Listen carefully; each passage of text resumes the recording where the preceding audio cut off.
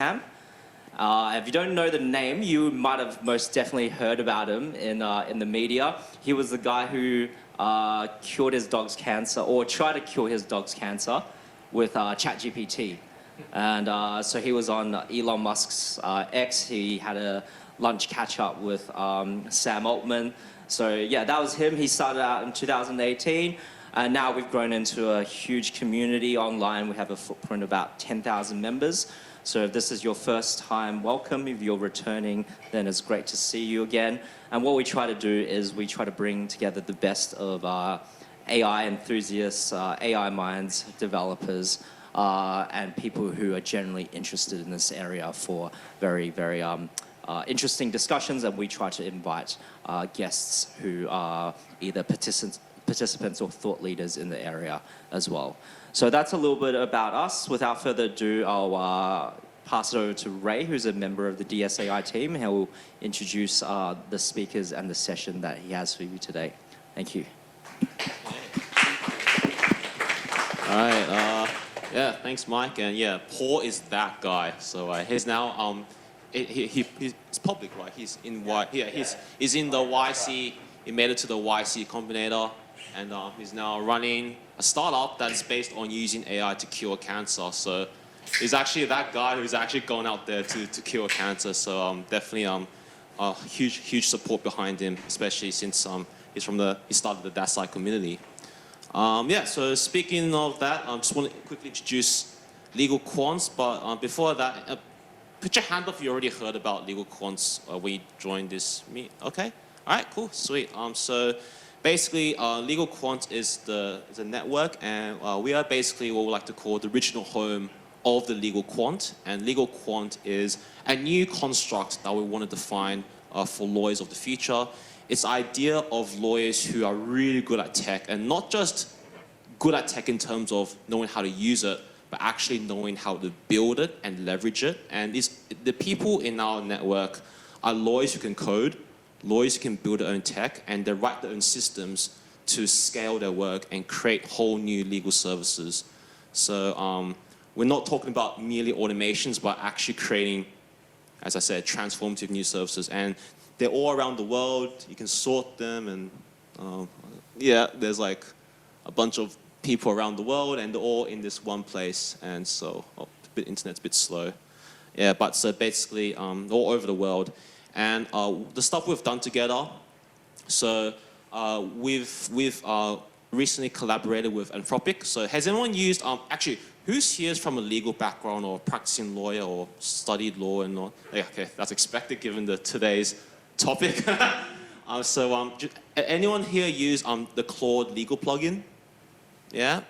Okay, so for those that don't know, so Anthropic, they released Claude. Claude's like their flagship chatbot running on their Claude models, and they built a plugin specifically for the legal user. So it can review contracts, it can do a lot of these typical lawyer-style interviews for you. And before they released it, they engaged LegalQuants people to stress test it. And so we spent one whole weekend, like close with the Anthropic team, stress testing the plugin before market release. So that was a really cool experience. We also have done talks with Meta, and we also have run hackathons for lawyers and the legal community. So our first hackathon was sponsored by Manus, and also the second one was with Replit. And the hackathons, again, it's all lawyers building things, and we've run competitions for them. So this is the first one, and the second one. I've also do a lot of the thought leadership, because it's a group of lawyers who are really at the frontier of tech and actually practicing tech on the front lines, not just talking about it. There's a lot of wisdom and insights that we distill in as a community, and they are expressed through the digital brain. So we've got like basically a second brain of the community that actually answers questions, typical legal ops, legal tech questions based on the community's intelligence, the newsletter and blogs. And we've also got our own flagship open source project, which is basically a one-stop shop AI platform that does the open source response to like Harp and Agora, where you can do a lot of these things open source. And again, these are contributed by both LegalQuants community and the broader community abroad. And it started from one of the members called Kevin Keller. So he's based in the US. He used to be a software engineer, then turned into a lawyer. And he's super like talented. And so he started up this project, and then everyone else then came in to contribute it. So this is an ongoing project and will evolve over time. And we're also very much big on education, and so we've done a lot of training. We have our approach to training is more like hands-on, kind of like how when doctors become doctors, they go through a residency where they kind of have like internship and then you learn things on the go. We've also got the same with our LegalQuants residency where lawyers get paired up with a legal quant. You build a project together for like an intensive 2 or 3 weeks. And along the way, you start to really think about not just technical skills, but what do you want to do in your life? Like how do you want to position your career? Personal branding, professional branding. How do you position yourself for the next promotion? How do you breach the ceiling that might be inhibiting you? So that's the residency program that we've got, and we're on this seasonal.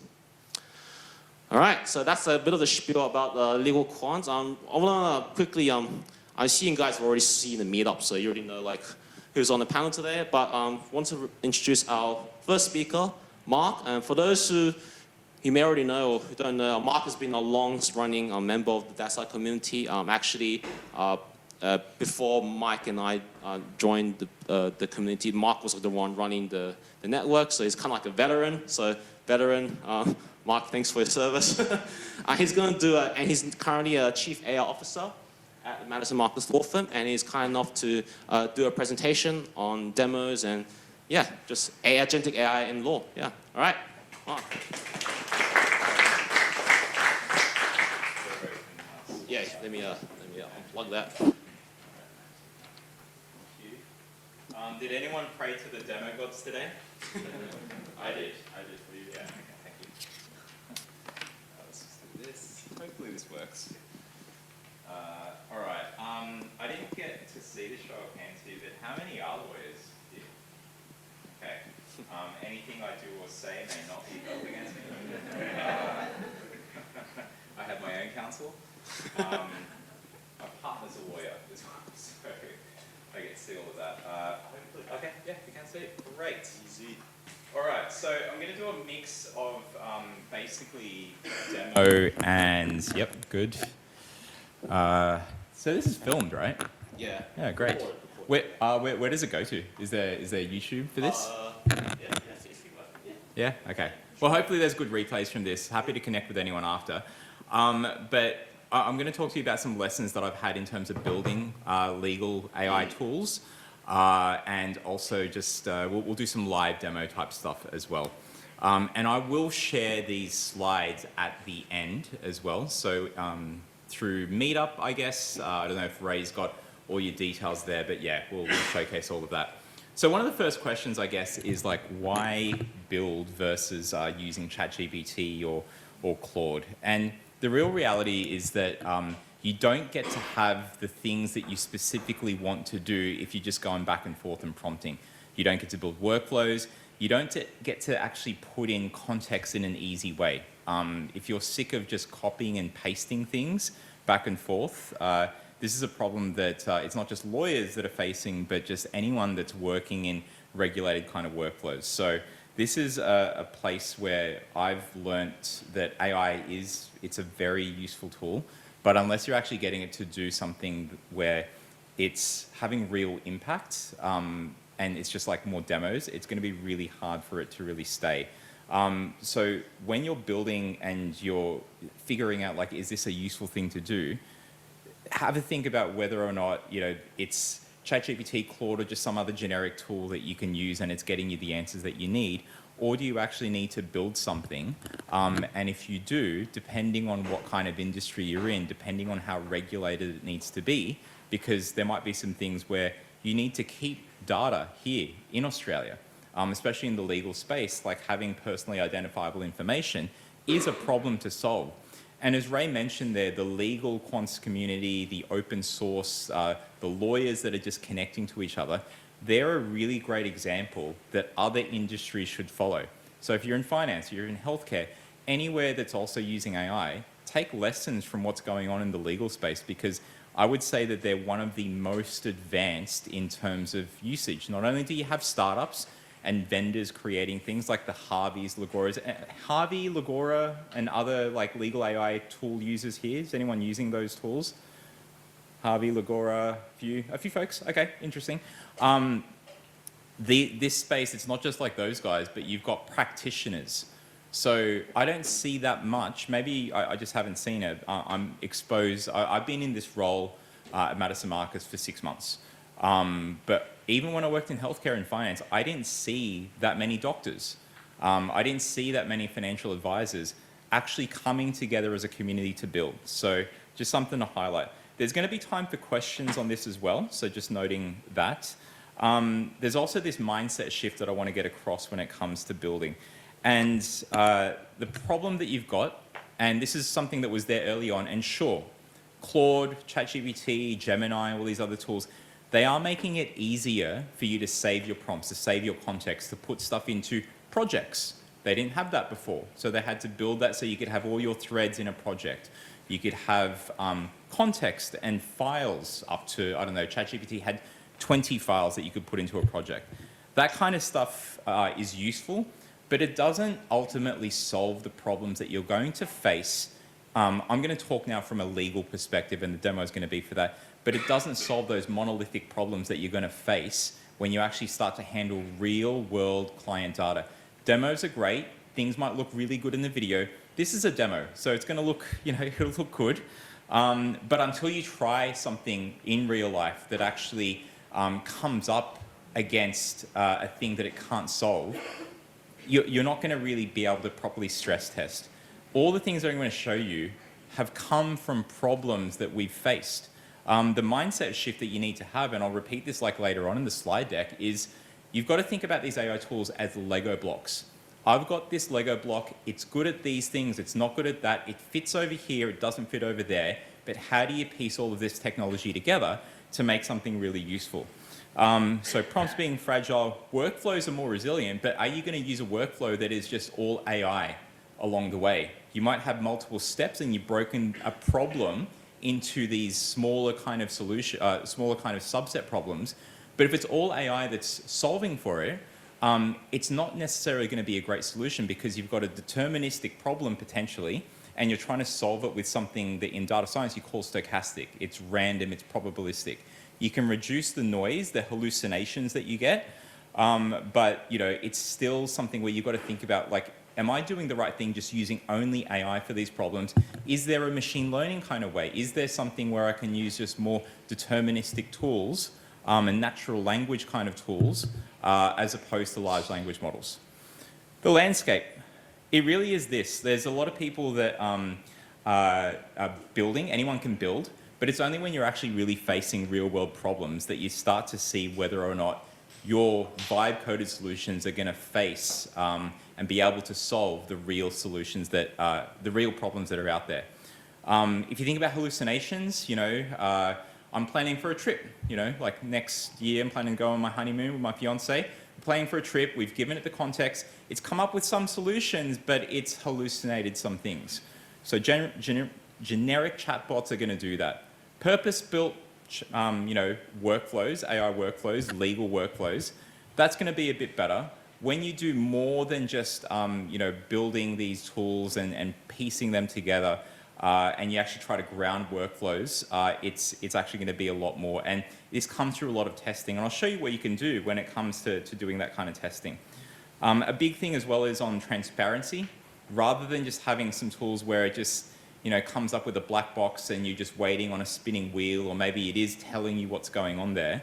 You want to have something where you can actually break it down. It's not just a black box, but you see the solution being, actually, hang on a second. One sec. Start from current slide. I'll mix it between these slides and actually showing you some of the demo stuff as well. Another thing that I think is really important as you are building these tools is to record the information about like what's been built, what you're planning to build next, and to do it in a way that I think you shouldn't just rely on Markdown files. So if you're building an AI, a lot of AI tools like Markdown files, but the problem with that is that it's hard for humans to read. So building in a way where it's recording to HTML is a good use case. So for example, when I build, so this is my LegalQuants folder, I'll show you what this one does, but I will record things to these HTML files, and it's not something that is meant to be presented on. I know I'm presenting now, but every layer that I'm testing and looking at is recorded in here, when it was happening, what the problems were that we faced. It's in this HTML because it's easy then for me to read. I can jump on a plane and I can see this offline. It's easy for the agents to read, so that when we're building these things, we can go directly to some of the things that are being worked on and problems, and we can continue and pick up from there. So whenever I start my new Claude, or I've used Codex as well, it's looking at the same code, I always get the AI to look at what's in the latest build file. And so recording what you're doing in these things is also important. Don't know why it keeps on going back to the start, but we'll move on. I'll just leave it as this. I'm going to get to the thing that I basically got to build, and we'll talk about the open source kind of models as well as we show real world examples here. But this is the guy here. This is LegalQuants, inspired by OpenClaw, but without all of the elements. You can't sign up for this just yet. This is all just an internal tool. But just for showcase here, I've got some screens and I'm showing what a lot of it kind of does. You can sign up to if you're interested in updates of what we're building here. But because this is a demo, I'll show you exactly what it is that we're doing here. So we work with matters. We use Practice Evolve as our old clunky kind of management solution. I know some people are on iManage. We're moving to Leap, which is like a more advanced kind of product, the enterprise service. There's other tools that people are using out there, and that's all great. Now, this is an example. There's no real case data in here, but I'm just showing you the example of how we built tools and harnesses in the AI world that help solve real problems. So I don't have real NDIS data here, but it's similar to the stuff that we would be facing in the real world. So for example, here's an NRL case, like a sports contract dispute case. The thing that we can do here, we have the matter, we've got a description of it, we've got different workflows. I'll show you what workflows are. We've got different things that we can do. There's some doc reviews that have been done. Chronologies as well. Before anything that we do, we always recommend to use the tools that we've got to do the chronologies. I'll show you how that works in one of them. If you've used Harvey or Legora before, you'll know about the matrix review, where you can answer across multiple documents, hundreds, thousands of documents, the same set of questions, so that you can find that needle in the haystack sort of thing. Just because it's there for law, the legal space, doesn't mean that that's something that you can't use in other areas too. I know in finance, people are using Harvey to have that kind of thing. But the moat is not here anymore. The moat used to be it would take months, weeks, whatever it was. Now it's like days, maybe even hours to build some of these things if you know what you're doing, or you can see how things are being built and follow that pattern. And if you don't know, go back and forth with Claude to figure things out like that. But I'll show you something that we do here on one of the cases. So let's go to the NDIS matter that's just been... I do a lot of synthetic data, so we make up some cases, try to make it as real as possible. And then we load up all the documents related to that. I'll run here one of the fact timelines or chronology as other people have it. And as you work with these sorts of tools, so we'll just do a standard one. There's a whole lot of things underneath here, so I can see all the documents here. So there's 10 documents. I'll just start that. Now, the one thing that you learn as you're going along and building, this is great. It's building up a chronology. It'll build up a set of facts. It does a few steps underneath where it's not just looking at the facts and trying to glean those from the different documents, but it's also deduplicating. It's also fact-checking itself. It's going to do all these things in sequential kind of steps. Now that's great, but the problem is I reset my computer. Something happens. I don't know, I have to close, I have to get out of that meeting. We built ways, and you learn this as you're building, and you can use AI to learn how to build better. Now we've got something where it basically runs in the background. We'll come back to that one later, and you'll see that because it's now running on a server, rather than relying on my machine, we can go back to it and see it later on. So we'll just go back to LegalQuants over here, and we'll do something else after we come back to that. Another thing that's interesting in the space, so we'll go back to the NDIS one. As it's building, I have this dashboard that tells me the things that have been done. I've got a fact timeline that's already been done. You can see this one here where it's got something that it's extracting. You can also see here there's all these different types of workflows. And with these workflows, you can just use a normal fact timeline. I might do a timeline and a theory, and a brief to a barrister or brief to counsel that our lawyers have. These are all things that I've made from sitting with the lawyers and going, okay, what are the things that we want to be able to do using AI? To build these workflows, there is another area here where we get to author the different types of workflows. So I can choose one of these ones here. I can describe it and just create this in this kind of block type way and add new things in here. Or I can have a canvas where I can add things as well.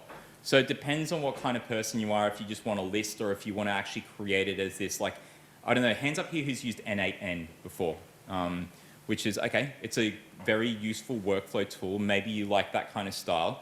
I didn't have that until this morning. I just asked the AI, hey, based on all the things that you've got here. I was using a lot of Fable until they put in the restrictions kind of thing. If you don't know, Fable being the latest model that the government seems to think is a problem. Basically, they gave you up to 50% of your weekly usage. You could use it up until supposedly today, and then they extended it, but I've already used up to my, my limit of usage. I don't want to pay any extra than the hundreds of dollars that I do, so we'll leave it at that. But based on these workflows, they will run different things. So if I go back to this one that's here, hopefully it has finished. There we go. So even with the browser off, which you wouldn't be able to, these things that you just do when you do a normal vibe coding, you just get AI to create something. What we're trying to do here, and we're learning at the firm together, we're doing, and I'm teaching some of the people how to do, the LegalQuants community is doing a great job at this, but it's hardening the harnesses so that they're more robust. Because if you just vibe code something up and just leave it as is, it's going to break. And it'll break at some point in time. It'll break when you least expect it. And unless you're coming together and going to events like this and learning from each other, it's going to be, hard to, figure out. But you could be building on your own and using AI for all of that. So we can save this chronology down and can do some further things with it. A really interesting thing that I think is very useful and quite powerful as well is when you get AI to actually debate with itself. So we're still in this case here, this NDIS matter. I'll choose some of the documents to take a look at. Maybe just like these 3 things here. And I'm going to get the different AI agents to do a review of that. There's a few settings in here. The AI's already pre-selected it. You can change all of that. I can choose if I want to have an automated panel that's going to do things, or if I want to pick the different specialists. I'm just going to go to automated and just let this run in the background. What will happen is that they're going to look at those documents. It's a doc review or a couple of documents being reviewed. There's different agents that have been selected, an orchestrator, paralegal, and someone that does valuation type stuff for some reason. And it's going to look into those documents, come up with a few findings that we'll come back to. And the interesting thing is when they actually go to debate each other, and they've got different personas, they've got different skills. Arturo, who's up the back there, put your hand up. Good sir. Arturo and I run another community that's connected to Michael and Ray and the guys here called the Australian Blockchain and AI Network. And we had someone from Minotaur Capital. So they're using agents to help analyze the markets for them. And they've given them all different names, given them all different skills, and they're doing work in the background. We can see the paralegal now doing work. We can see the findings that they're starting to share. And they're tagging this as like red, yellow, green. There's various kind of levels to what it is that we're doing here. And an associate's being called in now that wasn't there before. We only had 3, and now the associate's being called in because it's hit some threshold. I can't remember all the rules here.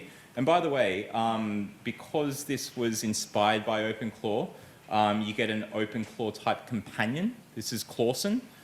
He can answer questions there. Clawson has a more detailed background. So Clawson Martinez, he's a former lawyer himself. I've got a little crab toy like on my bag as well that you can see later on that I picked up in Singapore. Everyone's got the Lububus, but I wanted something more AI related.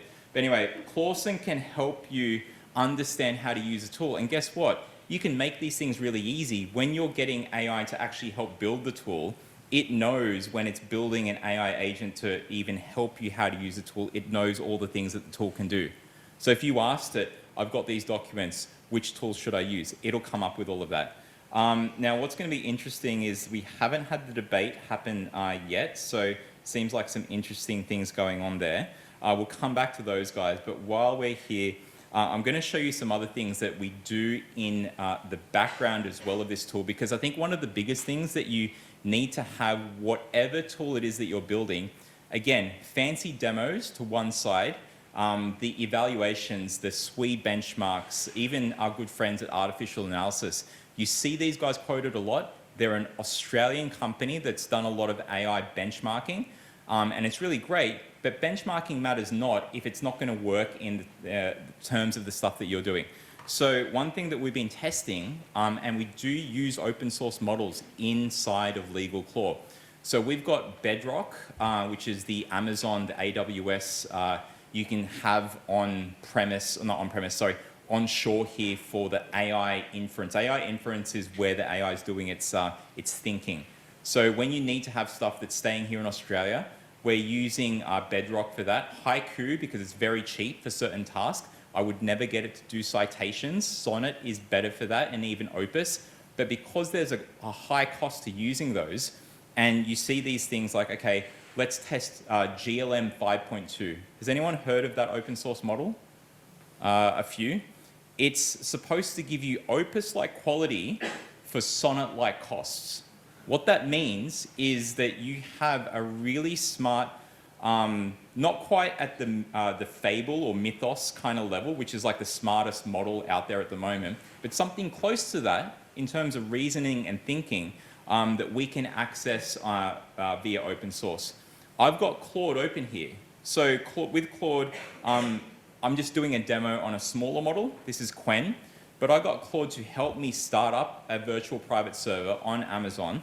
I'm going to ask it now, can you do another test for matrix set of, say, 3 questions on some made-up document to do with contract review.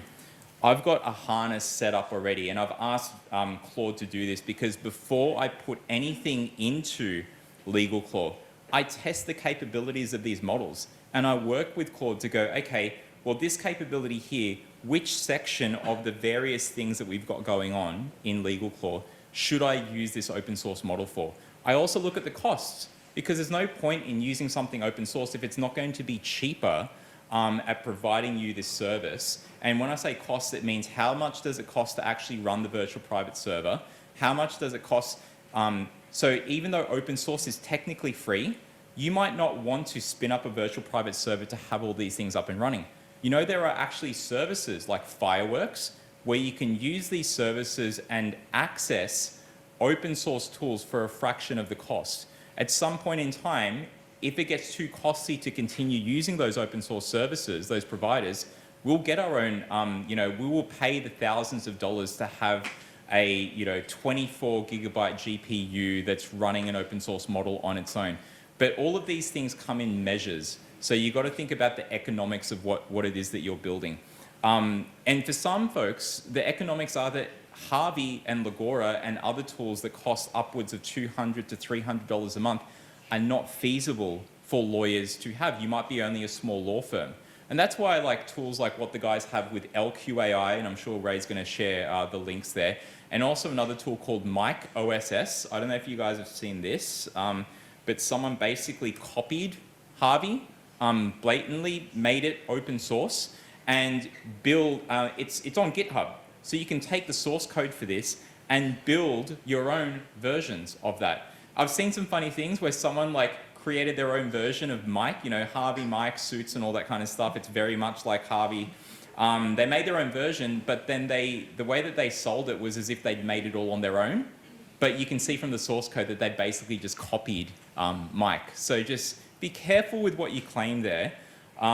We have, you know, been inspired by a lot of these tools, and I don't have my stuff open source, but I invite anyone who wants to take a look at the code. You'll see that we've like created things a lot on our own and stuff. So really interesting stuff going on in the legal AI space. I'll go back to this. Okay, so it's finished. The interesting thing about the debate that happens here is that you can see a claim being made. So here's a claim about NDIA to do with current inability of the test, it misreads statutes, but the OT, occupational therapist report, blah, blah, blah, legalese, right? It's been done by the quantum valuation expert. The overall result is upheld, their claim's been upheld. The partner narrowed the findings. It's gone back from the partner to the quantum valuation expert. They've had their debate, maintaining the argument still rather than going against it. Paralegal is supporting the argument, is amplifying it, and we get like a final kind of result on that. And you can see all of that here. You can see even in the findings if there's been something further that's happened where there's been a recommended action, there's a narrowing, there's a maintaining, there's a back and forth, there's a contradicting even. Having the AI have these different personalities and looking at the same data and debating itself, and here's the thing, you don't have to make it go to infinity. You can have a debate set of rules where they go only a few rounds, whatever it is that you decide on, and you can have an overall way that you can go, okay, that's enough, and I can see what the results are there. But the point is, there's transparency here. All of this is shown in terms of what they're doing. It's not something that sits behind the scenes in a black box. You might see the reasoning and the thinking, but unless you actually break it down and show what it is that the AI is doing, it's going to be very hard to really understand how AI is being used on your legal kind of problem that you're looking at. So this is just for contract review. There's also things that we're seeing in the legal AI space to do with research. Before I jump back to that, I'm just going to let Claude run here in the background.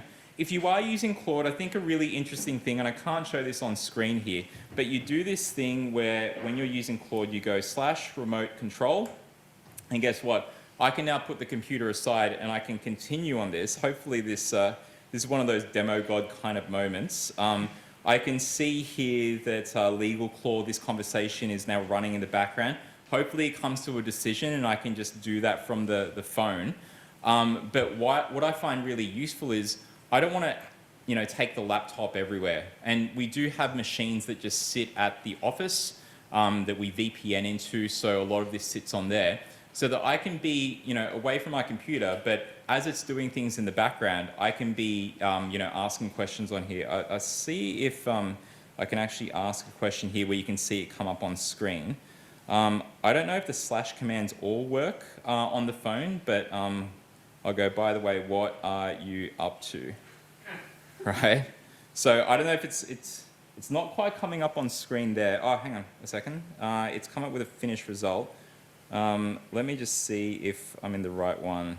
Because there's a few Claude Code kind of sessions here. Not that one, not that one. So this is where okay, all right, okay, I'll ask it a question. So let's say that's a great test and I like to dictate. Where do you think we should do or go to next for the next set of tests to make sure this works with what we're doing inside of our tool? So I've run that, you can see it coming up on screen. So the remote control thing for Claude is quite useful if you have the right kind of setup. And you can be running multiples of these. And sure, there are those folks that prefer an IDE being somewhere where you can instruct things, but then you can see what changes are happening to the files. I'm not seeing those changes here, but that's okay. I'm okay with how it's doing things here. This is connected to GitHub. I published to Vercel, so there's version control with all of this. But this testing that you're seeing on screen here, testing models against each other, making sure they work with specific kind of workflows that you're trying out, I think is really, really important. We'll go back to like some other things that we've got in terms of the tools here, but there's so many things that we could be going into. So I'd love to just see if there's like any questions that folks have as they're building. And I think Ray, if you got a microphone there. Or maybe Ray has some questions, I don't know, live react sort of thing. Ray hasn't seen this, by the way, so. Yeah. So let's, just based on, and thanks so much for showing that. I think what I've gathered here, some key takeaways that I got is, number one, not everything has to be token maxed or AI-ified. Simple, deterministic algos, if they do the job, they do the job, and probably even better, because it's all consistent. Number two, get your models to argue with each other. That's a great way to verify things, and you can really play around with. I think the proper word is what is also known as persona laddering. Yeah. So one way I like to use my AI tools to review outputs is I write a persona to say, hey, imagine you are a lawyer who's got 10 years of experience in this field. You're not easily impressed. Be brutally critical of my work, and we'll do that review. And I'll start a new session and I'll say, imagine you're the mentor to that first lawyer. You've got 20, 30 years of experience, and you taught that first lawyer. So then a review.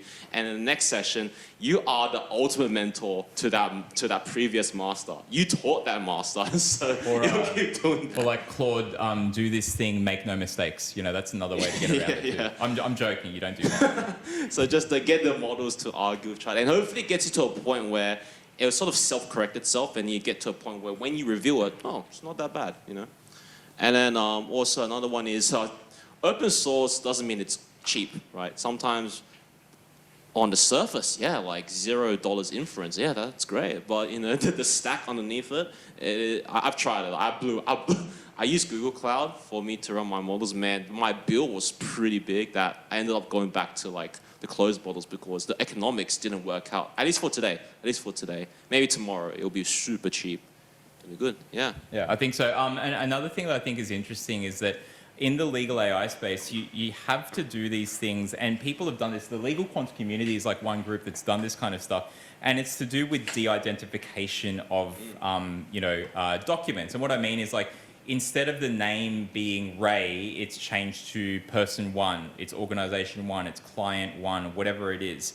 The way that we've done that is a mix of deterministic as well as large language models. So it's deterministic in the sense that with these documents that I've got here, we basically can do a de-identification on those, and it's doing two things. One is it's using just normal privacy kind of tools. Microsoft Presidio has these kinds of tools, but it combines it with a large language model over the top. So you might get 80% of the stuff done and de-identified just using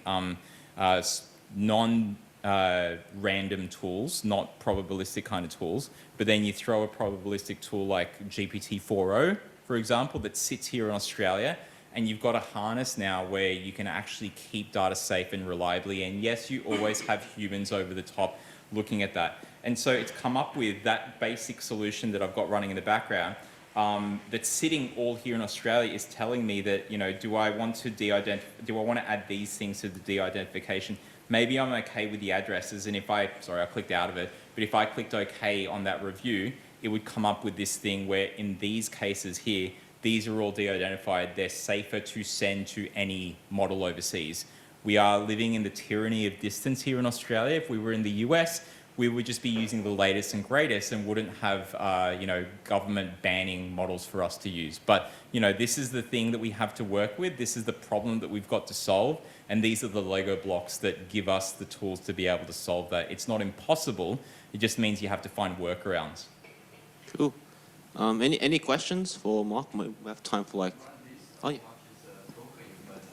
how much is the tokens? It does. So if I show you here some of the historical kind of runs, so the ones that were just done. So that one there cost 53 cents. The one before also 53 cents for it to do that work. I can go to another matter because we're counting the tokens, we're multiplying it by the price that sits in the background. You can get Claude to do this for you as well.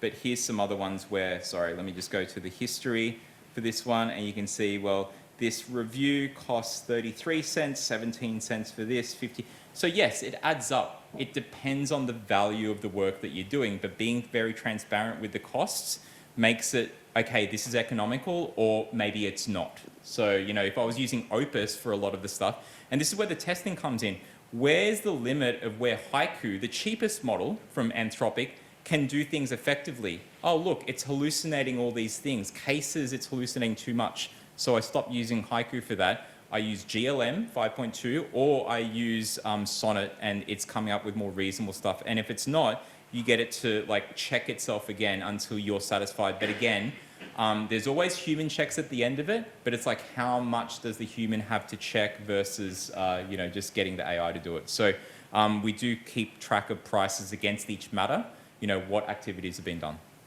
So this is OpenClaw, based on OpenClaw. The name, but there's no OpenClaw underneath it.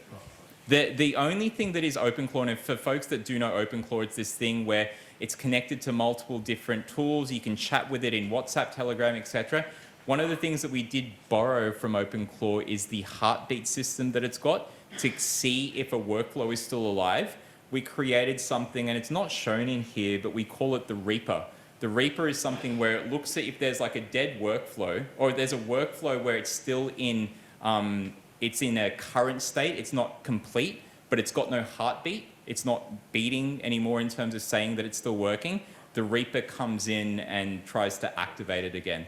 So anyway, it was just like a concept that we just came up with because, you know, we've seen what OpenClaw does, and we can see some of the things where it's like, well, OpenClaw doesn't do that. How do we actually bring something that works for our law firm? And the thing is, eventually with all of this kind of stuff, we will make it public, but we're just testing only at the moment for internal stuff. But there's been a lot of stuff inspired by OpenClaw, but we haven't forked any code from OpenClaw, not yet. Sorry. So, related question, what is your commercialization plan? Is it an internal tool, or are you going to release it? What's it look like? Currently an internal tool. Eventually it's going to be something where the lawyers that can't afford, I want to release this as the lawyers that, we don't want it to be necessarily for free. We want to have something where it is an affordable kind of service, but it's for the smaller law firms and lawyers that can't afford the Harveys, Lagoras and all that kind of stuff. And there will be some use cases there where, yeah, we might go and chase the bigger end of town, but we're not trying to commercialize it just yet. As much as my partners at their behest, they want to commercialize it, but I'm holding back because benchmarks are just made up until you actually test in the real world. I want this thing to be running in the hands of all the lawyers. Currently, I'm still running around and showing them how to do things.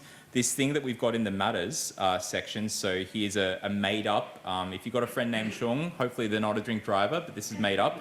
But we can say here, what should we do next? Like making it easier for the lawyers to get the AI to recommend strategies and even come up with like a block where it's like, hey, I've set this up, do you want to run it? Making it even easier, because if you just give them tools that you've created with a lot of bells, whistles, levers and switches, it's going to be very hard for them to do things. I'm hoping here in this demo that it says at the end, you know, here's something that you can click on. Great, it's very verbose, I haven't really constrained it, but I'll say, okay, can you run a brief to counsel, for example. But yeah, I'm trying to make this just an easy to use tool. Eventually it'll be something where, and we'll probably use Twilio or one of those like third-party tools where I could be chatting with this on my phone.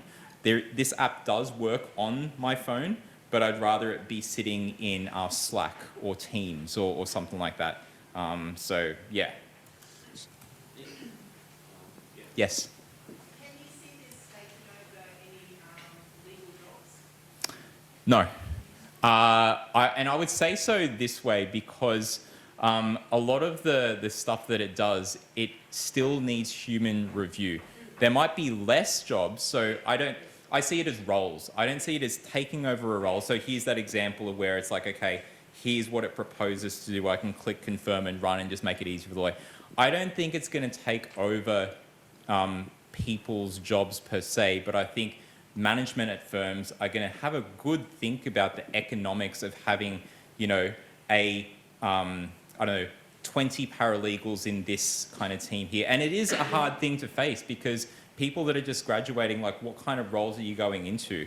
This is where the AI community needs to come up with ways that we can teach, because if you don't have the experience, you're never going to be that human in the loop that's good enough to say whether or not something works. So there has to be this mix of where we're using AI and technology to help teach and get the experience that you need. Maybe it's fast-tracked. That's the advantage that we can have with AI. But at the same time, I think that it's going to not take over all the different jobs, because this is not going to, I would never trust an AI to just go, oh yeah, this is 100% correct. I'm not going to trust it. It's going to reduce the chances of something being wrong, but someone always still needs to review it. And then having the experience there is going to be key as well. So I think we'll create new types of legal jobs that work with AI. It will be a redistribution sort of thing. Yeah, thanks. You talk a bit about making sure it's accurate and correct at the start there. What do you do to make sure that what that's output there is accurate and correct? What So evaluation metrics do you use? it's a very good point. It is subjective. We're doing our own kind of internal benchmarking. One thing that we are doing there is, I'll see if I can bring up a historical kind of run here. But here's let's go to like all of them. We'll do like a research type one, where basically the research ones are good because, hang on, show all matters. The research ones are good because what you can see in there is the citations that they come up with. And we've got in this citation thing a citation checker. One of the best ways to do it is not asking the AI to, hey, that source that you grabbed data from, can you check it? One of the cool things is that Google has indexed a lot of the valid cases. And unless something matches a valid name from Google, it's very unlikely there's going to be a match. And then on top of that, so we built this thing where, okay, you've got these ticks, you can mark them as okay. If it was marked as wrong, there's an opportunity here for the lawyers to say, no, that's the wrong case. I'll go look it up on the few that it has come up with, correct the name in here, and because this is a firm-wide kind of tool, that correction goes into our own internal database that we start to build up our own set of facts about what are the right citations. And then when it comes to other things like, here's the firm kind of thinking, here's our fallback positions on certain things, building that up as people use it is what we're doing. So a lot of great AI tools are out there, but they don't build up that knowledge as you use it. So we're trying to do that with this tool as well. The young gentleman with the goatee at the back. I think that to both questions here, it's not about, so you can ask the model or the tool if what you're doing is correct. That's not what you ask. What you ask is, what can you find that is wrong? How can you guide me through the process? Because the first question is almost saying, do the job for me. The second one is using the tool to support you in you doing the job. And I think that one of the big problems with the models is that is this correct? That's a very absolute question or an absolute answer. And if the model hasn't found the right data in the way that it's searching through databases and all these different things, then it will never know that, right? If you treat it that way as a guideline to find problems, then it's a much healthier way of looking at it. Yeah, very good comment. You will get a job somewhere someday, young man. I'm They're leaving. friends, that's why they can say that. I'm leaving up here. So Madison Marcus is the law firm that I'm at. I am the chief AI officer there, but I run their innovation arm that allows me to create tools like this. That's called Foundry Labs. We can connect later on. You can find me on LinkedIn, and looking forward to the panel. Cool, thank you, Mark.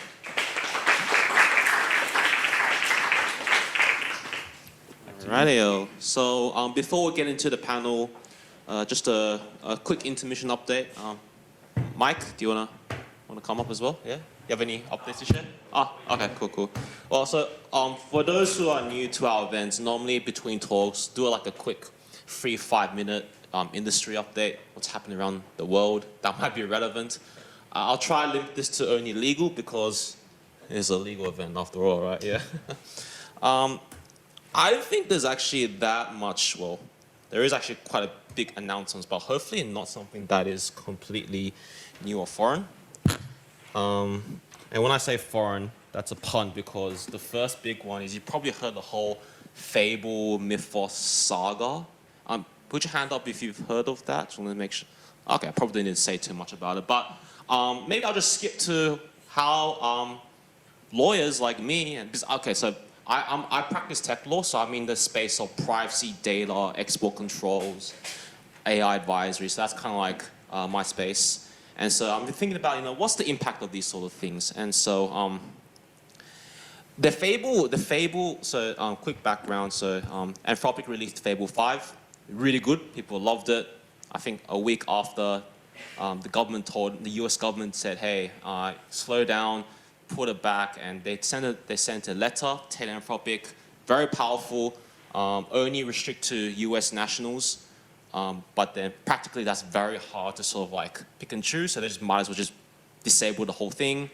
A lot of news headlines. It's a big shift in U.S. AI policy, because for many years it was all about go, go, go, break things, and move fast and break things.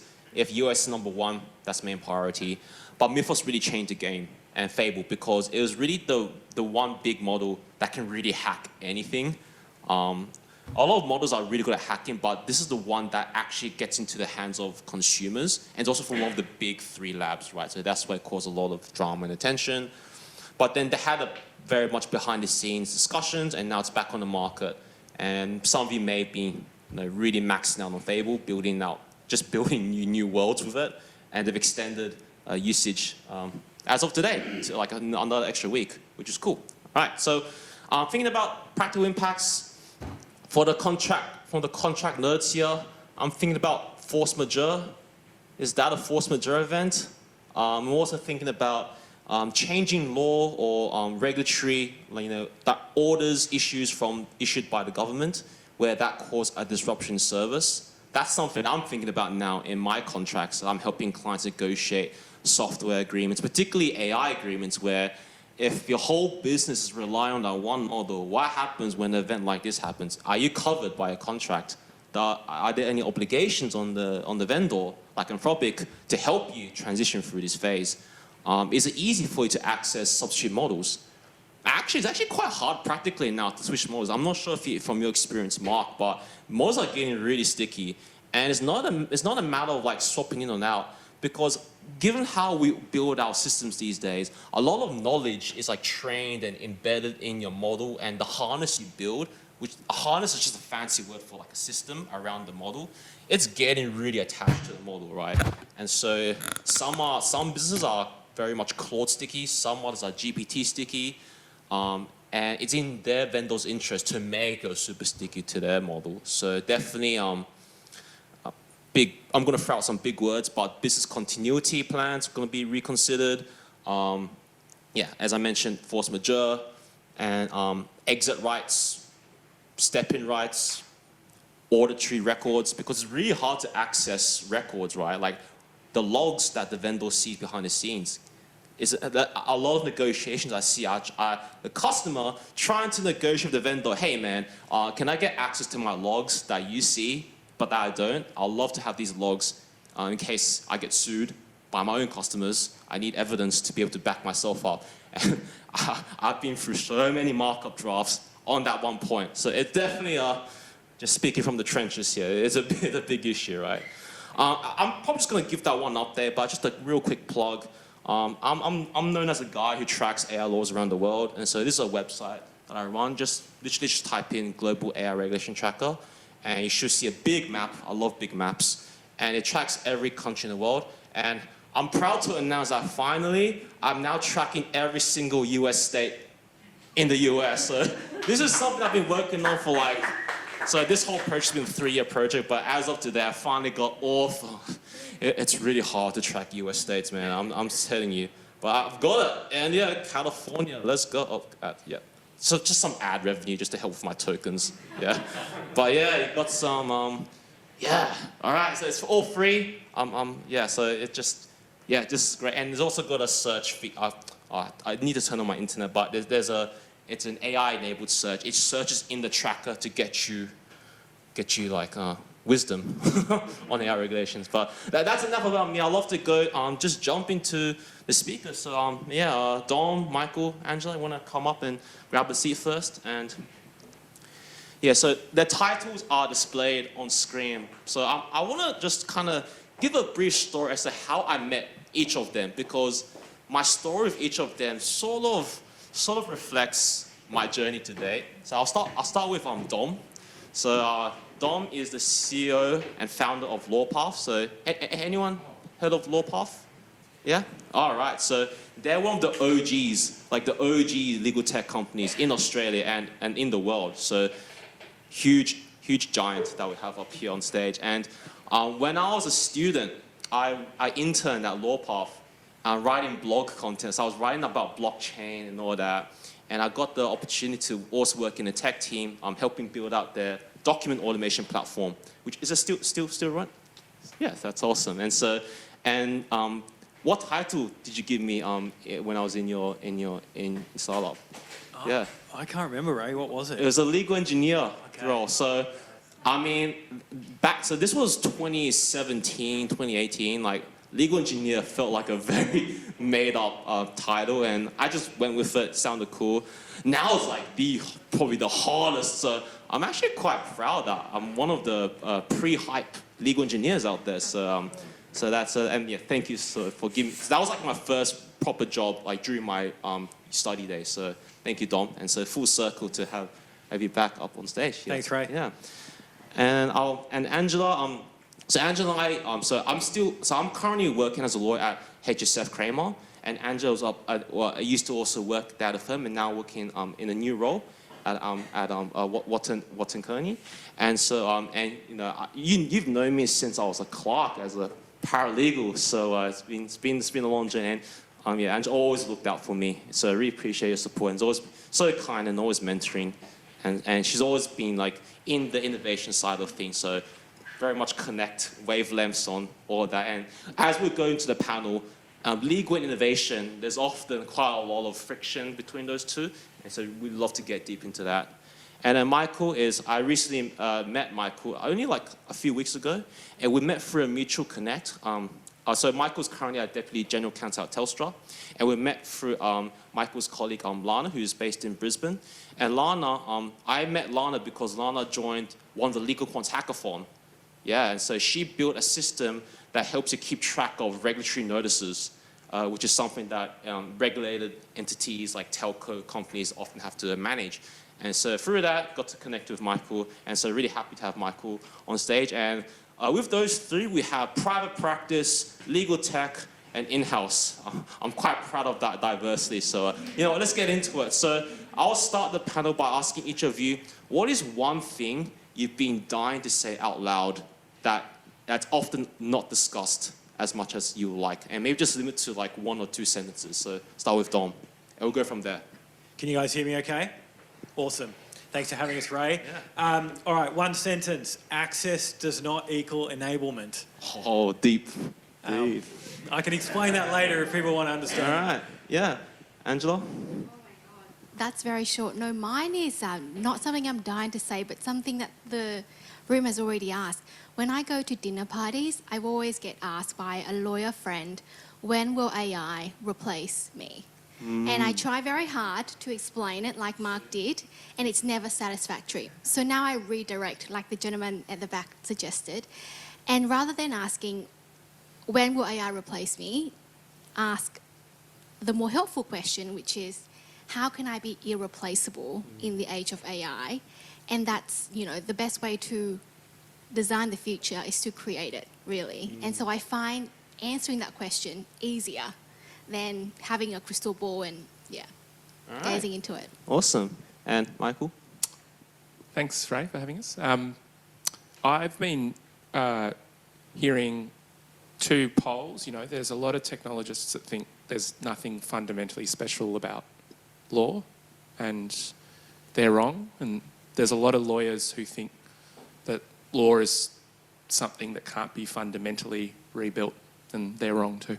All right, okay. So I might start from Angela's and Michael's point. Because, so I'm assuming many of you guys have been to like a lot of these panel talks and probably heard, when we have AI in law, the very typical question that gets discussed is, will AI replace lawyers, blah, blah, blah. I'm not keen for generic talks. I want to go deep into juicy topics. So I'll start with something that that every lawyer and every in-house lawyer is thinking, which is ROI, which stands for return on investment, and how the heck do you track innovation metrics, right?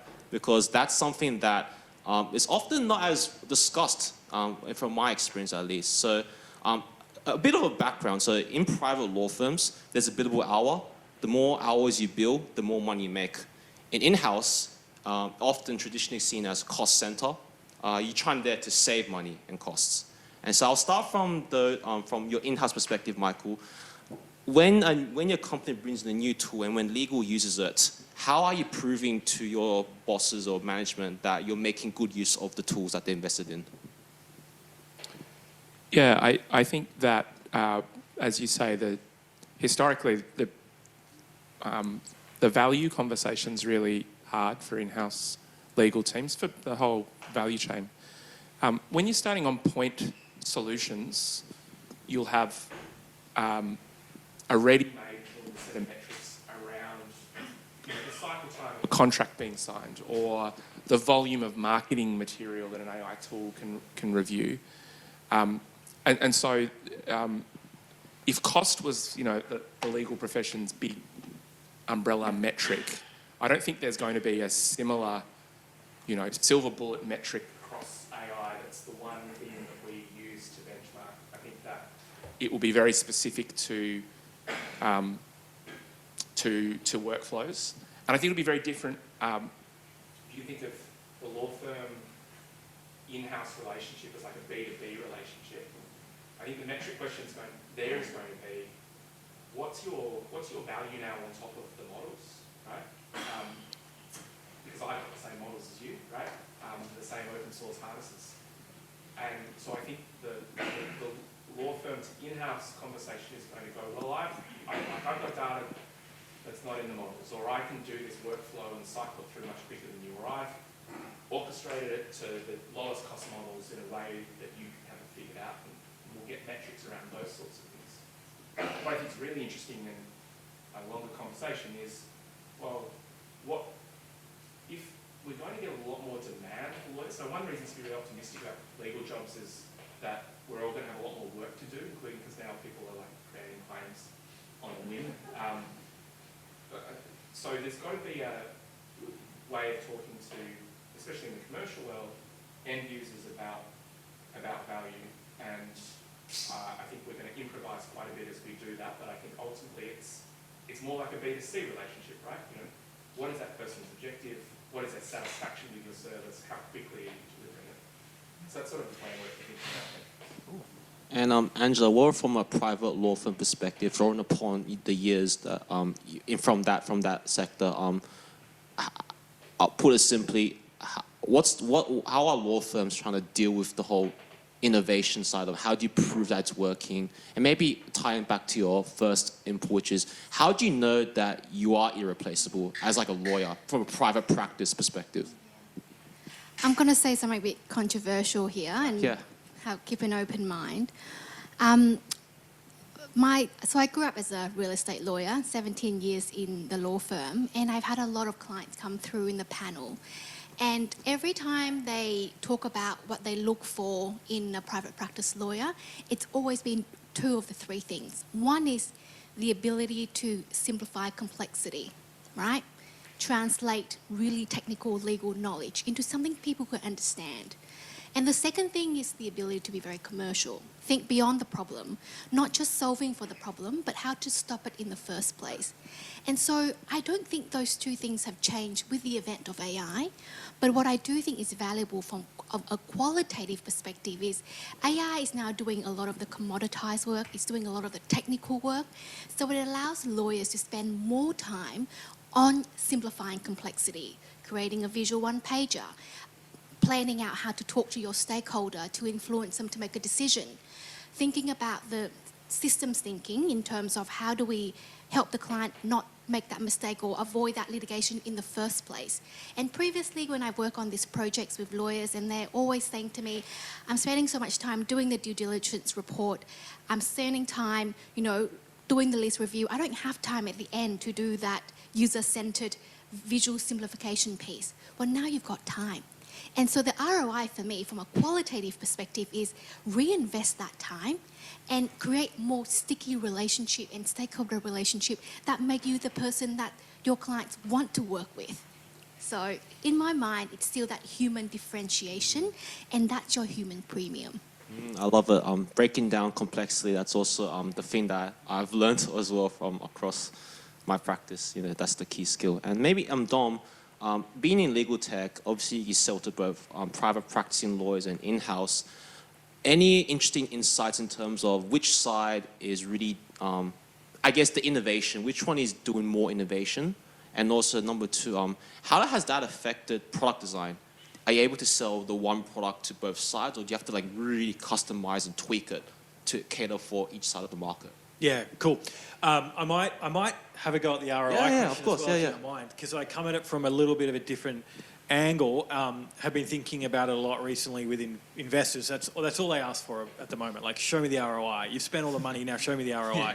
So, having kind of gone through a bit of a few phases, I've kind of seen it as initially people wanted to see an ROI via cost reduction. So they wanted to see internal, how many internal tools can you roll out? How many less lawyers do you need? How many less developers do you need? That type of thing. Like, cut to the end, you still need the same amount of lawyers. You actually need more. Then what we saw was people were really saying, okay, well, you've shown us the cost reductions. You've shown us that you've been able to improve your margins.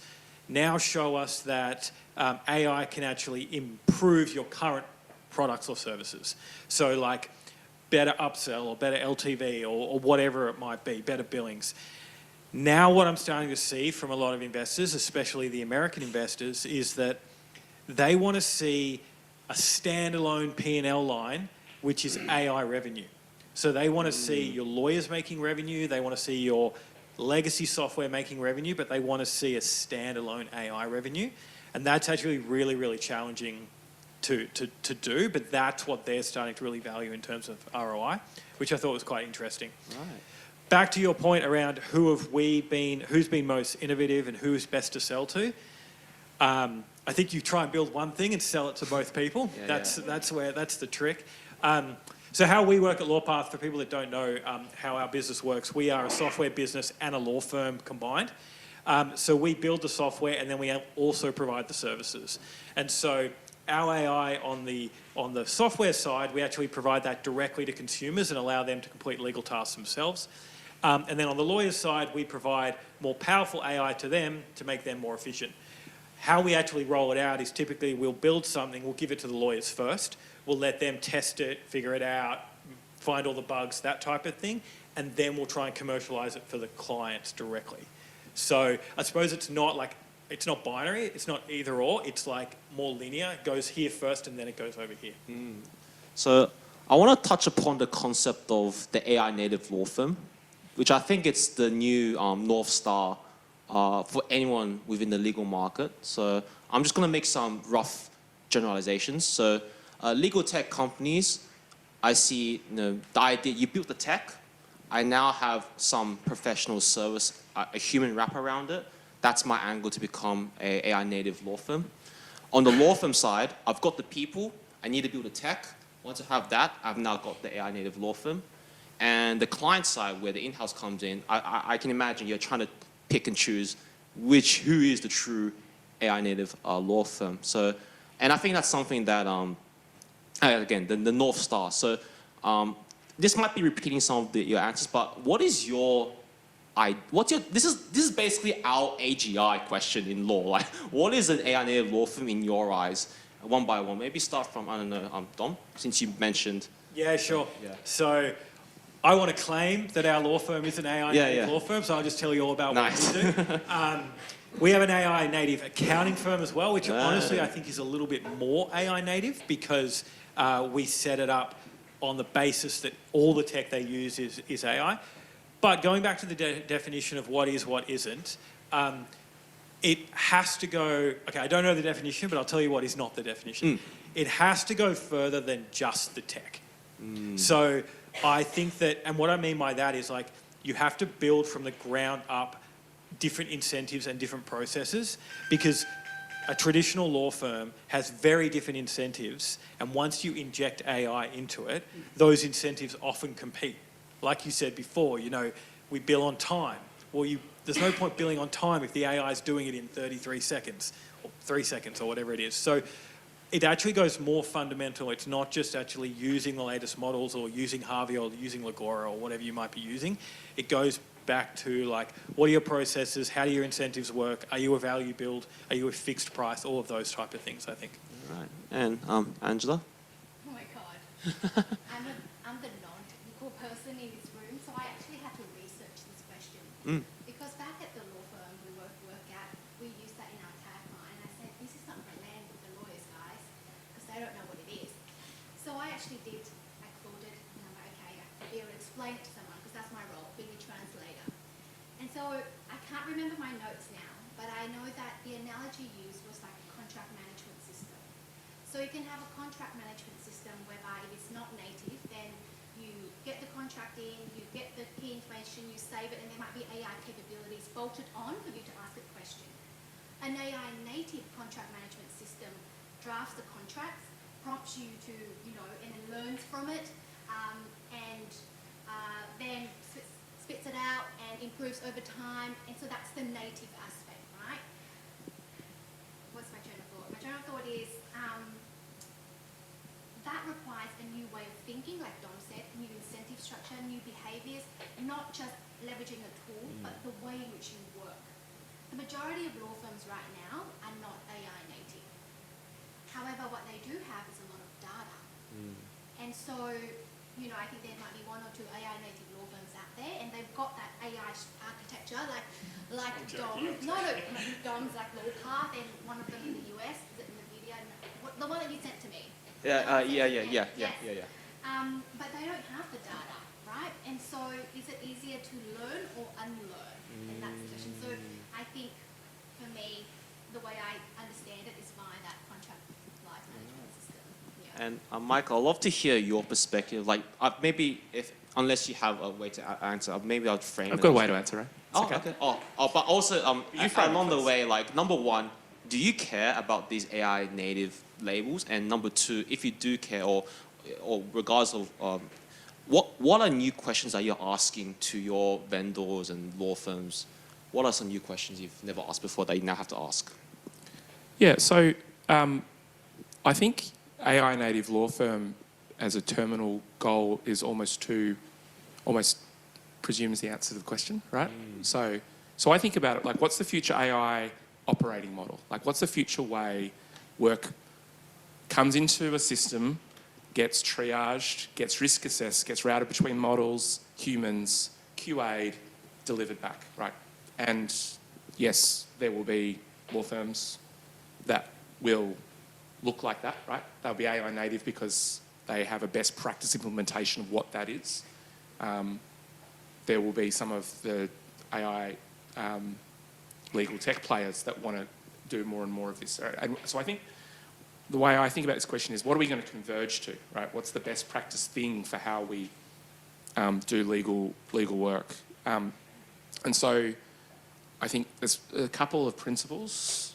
One is that a AI native operating model or law firm, anything that can be done by a model will be done by a model recursively over time. I think that the model will, as part of that, be a self-learning organisational model. And so what I mean by that is, over time, right, so at the moment we are, we're putting playbooks and context in. We start off with lawyers chatting, right? I'm not going to go through the whole history, but we're now, as we saw in the demo before, right, you've got context, you've got multiple agents that are coming together, and we're going across more and more of the workflow, and agents are now doing more of the process layer of legal work, right? The non-billable hours, plus the billable hours. And I think what we will then do is recursively capture all the data of how we do that. And then the models will do that. And then we'll capture, and then we'll go up the stack. And then we'll capture the data about what we do up the stack. And then the models will learn how to do that. So I think the model will be self-learning. I think the last feature of the future AI operating model will be some sort of very different roles. So I think if you're close to the courts or the bar You're safe for a very long time. Not safe, but like you're not fundamentally disrupted. I think we're all safe, by the way. I think it's all going to be fine. If you are, I think the models that in the AI-enabled operating model that will persist will look very different. I think there will be a role that is the interface between the human with the legal problem and the model, because if I'm a one-shot consumer of legal services, I still want a human to guide me through it. You know, it's really interesting about looking before about all the models debating with each other. Sometimes you just want a lawyer to say, the answer is this, right? Let's move on, right? So that will be an important role, the business partner role. And then I think the legal engineer role, you know, I'm managing the system. I'm managing the end-to-end process. That will be the future role. So I think the future org will have some of those principles and some of those roles. All right. So the commonality is like roles and people and skills. So I'd love to do a quick survey. Who's here like still studying in law school or still a student? Put your hand up. Okay. And who's just started out early career lawyer, maybe 1 to 3 years practice years? Okay. And who's more than 3-4 years, relatively senior? Okay. So we'll try cater for 3 levels here. So let's start with the law school student thinking. So I know I've got questions prepared, but I'll just condense into one question, which is, what is one thing that will continue to stay in law school, and what is one thing you'd love to change within law schools? I'll start from one by one. Maybe start from Dom. Yeah. Okay. Choose one or the other. Yeah. Yeah, so I feel like a little bit of traitor sitting up here on the stage today because I'm on the UTS Law Board and now I'm at UNSW, so I'm going to give away all the UTS secrets. We have been kind of talking about this now since kind of AI, even before, right? Do we stick with the Priestley 11 and just stick with the core subjects, or do we think more about actually training students on the latest tech? No one knows the answer yet, but my opinion, and I think Michael and I might disagree on this point, which will be good, is that I actually think we should stick with the core Priestley 11. And my view is that I've been doing legal tech now for 12 years. I was a lawyer before that. Technology comes and goes. Now, AI is definitely here to stay a little bit longer than some of the others, but I remember back when we were working together, Ray, it was like, smart contract, let's go crazy. I read like 10 articles on that. And so knowing that and kind of looking back, I think what is really important is people learn the underlying principles, not the exact technology. So my view is that actually sticking with the Priestley 11, learning the kind of core legal skills that we need to go out into the world to become any type of lawyer is still really important. And I think the risk is if we start specialising too much in let's just do AI or let's just do something else, what happens in 10 years? What happens if AI actually gets good enough that we're not doing the same tasks anymore? So that's my view in 2026. All right. And Dom thinks, Michael, that you guys will disagree. What's your response? Partially. I think that you can think of the law degree as a bundle, right? And you learn some mental models for how the law works. I think they're really important. I think that persists. So you learn how to think like a lawyer. You learn, you're inducted into the profession, right? There's an ethical overlay. There's a persona of being a lawyer, which is really important to sort of marinate that's not transactional. And then you get kind of like a lot of doctrine and technical doctrine. That's the Priestley 11 as the core, and then you expand upon it. And then you have like a lot of time being a student. And that whole package is like underwritten by entry-level legal jobs across the economy, where you come and you deliver technical doctrine and admin. And that's what AI is really good at doing. And so the way and I don't think that there's much education in AI, because you just open up the models and start, you ask the models, how do I use you, right? And it's like, you don't need to go to university to learn how to use a harness. So for me, I do think it is a fundamental change. I do think it will put pressure on, if you have your heart set on being a Ray, You don't need to learn constitutional law. Like, you really don't. Yeah, Or you need to do like 2 days with it, right? Core principles. Yeah, I can talk about it at a dinner party or when my barrister friend comes over, but I don't need to do that. Yeah, right? Tasmanian Dams case, yeah. Yeah, that's right. That's right. And so I think, so what do you need to learn? So this is the hard bit, right? Because the career progression is, after a while, you're able to do that thing. Yeah, you only need to worry about this issue. Don't worry about these 50 issues. That's what you need to learn. And that's what we need to transmit and find a way to... Like, what you want to do, I think, is do a year of law school, understand the core mental models, understand what it is to be a lawyer professionally, and then go and work with people like Ray and understand how he's using the models. Oh, cool. Thank Just you. you specifically, Ray. That became an ad for me. Thank you.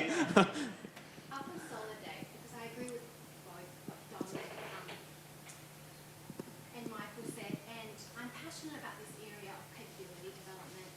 And when I talk in my training session about the T-shaped lawyer, the T-shape, your vertical expertise, and I'm glad I told you 7 years ago, Ray, not to do tech alone. And Yeah. you want to develop that experience Yeah. to be able to be that human. That stuck with me. Yeah. That stuck with me.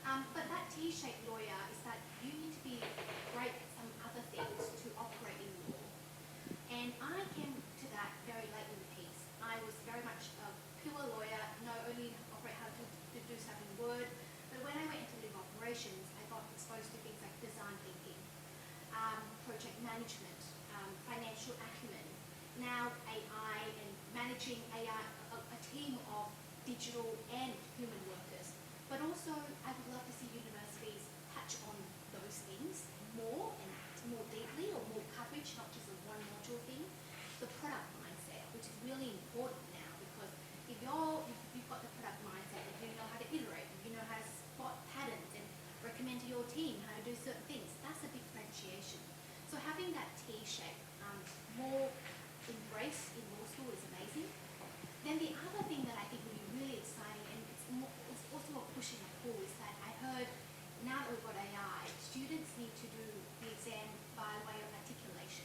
So they can't just do a written exam.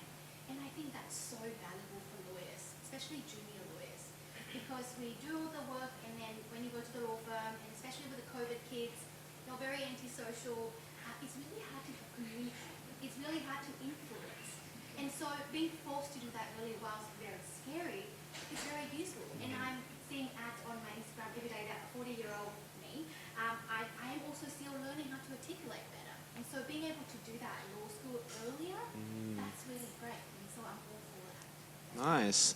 And this sort of crossed over into the next question around what skills we should look out for, but I think you all three sort of covered that. So I'd like to move into really about mindset. And I'm assuming people who attend these events, you often hear people talk about refine your critical thinking skills, practice your judgment, don't take AI on the surface level, review it, then full stop. And no one really goes deep into what the heck does that actually mean. So I want to go into what does actually mean. So maybe I'll rephrase it in like an anecdote. Reflect upon your life. Was there a moment that changed your worldview? And I'll give you my example. For me, is when I first learned, I was following a YouTube tutorial on how to build my first computer game. This was back during high school. And I was following the tutorial, and for a long time, I didn't understand how the heck do things move on a computer screen. Until I saw a tutorial and I realized, oh man, it's all just code. And I finally understood that every visual is just a pixel. Every pixel is just a number, and every number can be manipulated by code, and that changed my life. That made me appreciate data, made me appreciate software, made me think that everything is solvable, as long as you can break it down into reducible atomic numbers. So that's my example. What was the thing that changed your worldview? And I don't know. I'll start. Yeah, I'm with happy Dom. to go first. Yeah. I think I've got a good one. Yeah. So I started my career, like a lot of lawyers out there, I worked as a clerk at Minter Ellison, and then became a junior lawyer at Minter Ellison. Really loved that, and I worked in the litigation team, and I had this really, really fancy partner that I worked for. She'd worked at the firm for like 40 years. She was close to being managing partner, and like everyone just thought she was like the best, and she was really good. I left, I started LawPath, and what LawPath became really, really good at was marketing and bringing in clients. And the very first year we started, we hit lots and lots of clients, and I got invited back to do a CLE. And it was all about like business development and how to build clients online. And I walked into the CLE, and it was like a big room of lawyers. And then Pam, her name was Pam, was sitting in the front row. And so like the master had come back to learn about these new skill sets. And what that kind of showed me is that being a technical lawyer is just a small part of the role. The role is actually so much more, and I think we've spoken about it quite a few times in the questions here, which is like just as important is being able to build relationships with clients. Just as important is commercial acumen. Just as important is when you become a lawyer, a partner at a law firm, you have to bring in business. Like, you can't bring the business in. There's no point being good at law because you haven't been able to bring the business in. So I think it's really important to make sure, like we've all said, T-shaped lawyer, how do you find other skills to kind of complement, especially now that AI can do the boring stuff well. And so you can't just come in and say, hey, I'm really good at reading cases, because guess what? So's Claude. So you have to come in and bring another skill set. And I think when we have an internship program, we bring in a lot of interns at LawPath, and pretty much the first thing I look at on the resume is, do they have a dual degree or have they had work experience in other industries? Because I think you can bring a lot from a previous industry into law, and that makes you a better lawyer. All right, awesome. I don't know whoever has a response. Yeah. You can jump in if you want. Yeah, I agree with that. And just on the, maybe I'll just answer a different question. But to riff off the sort of T-shaped lawyer, like one way of thinking about this is, so for those of you who don't know, the T-shape, explained before, let me explain again. So the I of the T is, that's your core technical expertise. And then the idea is a good lawyer augments that with all the other skills that were mentioned before. And the way that was positioned is that all of the other skills are kind of the augmentation. And one of the things I think that happens with AI is that it flips and they actually become the core.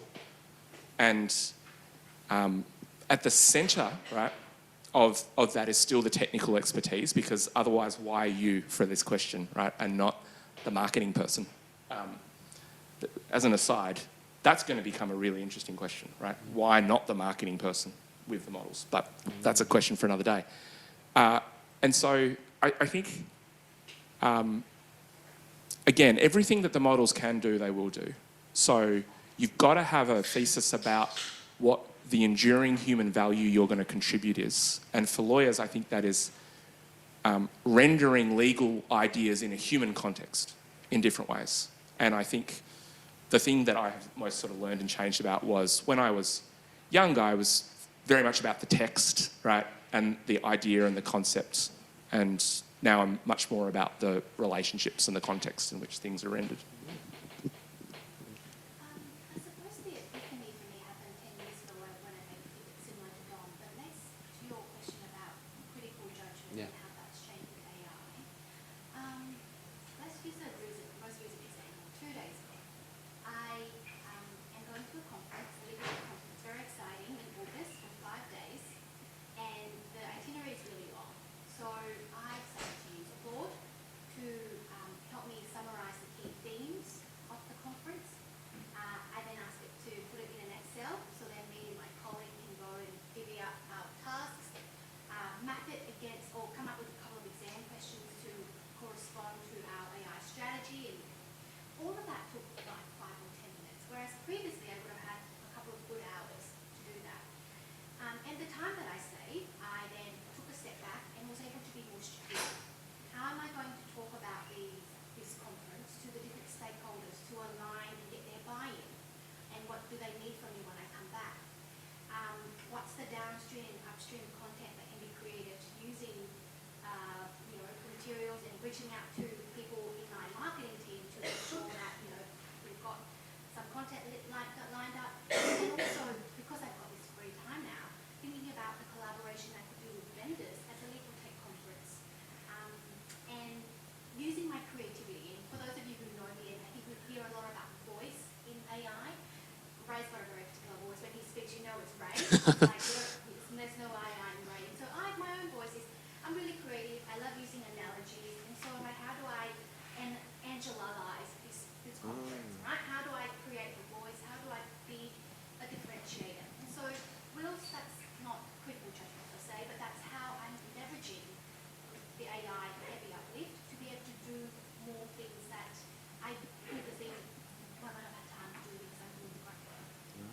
Okay, so I like the pivot into the topic of around leverage and strategic. So hopefully that discussion helped address help the early career lawyers about what skills and mindsets. So I now want to address and help talk to the seniors in the room.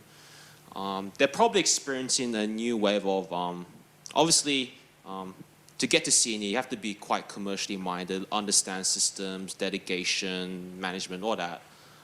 Has that become harder or easier with AI? And regardless of your answer, what is something that, the trend I'm seeing is that junior lawyers are now increasingly taking on senior associate jobs. Senior associates are increasingly taking on partner roles, including managing clients, bringing in clients. And then partners are trying to work out, okay, I've got this stuff done. What's the next bigger thing that I have to do? So what is the next big thing that you have to do now? Now that people, there are a lot of systems and people now supporting what you previously done before. Yeah.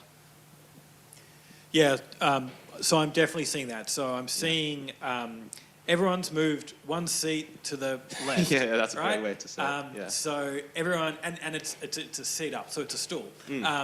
So they're all doing more complex work, more work. And I think what that's meant is that people at the top, partners, managers, whatever they might be, two things.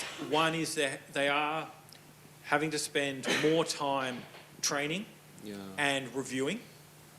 And I think if you can do that in a clever way, then it feeds the cycle. So definitely seeing that. And then the other thing is they can spend time on, like off Angela's point, like they can spend time on better things, different things, like growing business or whatever it might be. So like we're seeing that happen. I tell you what, the bad thing that's happening at the moment that I'm seeing is AI slop. Yeah. So at the end of every month we do an MBR. All the teams in our business will give us a report that says this is what we've done.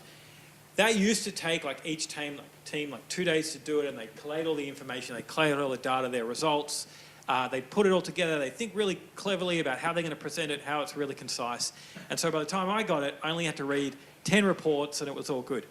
Now, at the end of every month, I get an 8-page report from everyone with all these different charts, all this different slop. And the second you start reading it, you can see M dashes and you can see all that stuff. And actually, I reject it now. I'm like, I don't want to read that. So I think that's what you've got to be really careful of. Is like, yes, it can do it for you, but does it need to be a 6-page report when it used to be a 1-page report? And that was fine. So I think managers are dealing with a lot of that at the moment as well. Yeah, okay. Yeah, just quietly, you've put your finger on something we've been circling, and I just want to say it's the thing that's in the room. You know, that slop. Like when you hear that tone, right, out of Claude has just got these tells. If you ever hear just quietly, or what's the other one that Claude likes to use? I want to be honest with you. I want to be honest with you, because this conversation deserves it. You know, all that sort of stuff, right? Load-bearing constraints. It's load-bearing constraints. Love it. Just Claude is always bearing loads. It's fantastic. By the way, I think we are rapidly. This is an aside. Becoming allergic to that, and I think it will start to become a marker of lack of professionalism, if we're not already there. Right. I think your team's already there, which is good, right?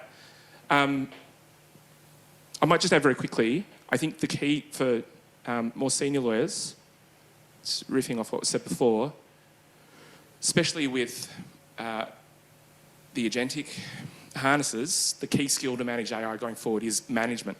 Is managerial skills, because you are ultimately unblocking a person who is trying to deliver an output for you, give context, give direction, and say this product doesn't meet it to this requirement. Claude now, it appears, I imagine we all respectfully prompt Claude, but if you don't, it will arc up now. Yeah. So this is important as these tools increasingly get sophisticated and embodied. So I would say the big thing to do if you're figuring out how to work with the ratchet that was described. We're all going up, is to learn how to be a good manager. And Angela, anything to add? Awesome. Cool.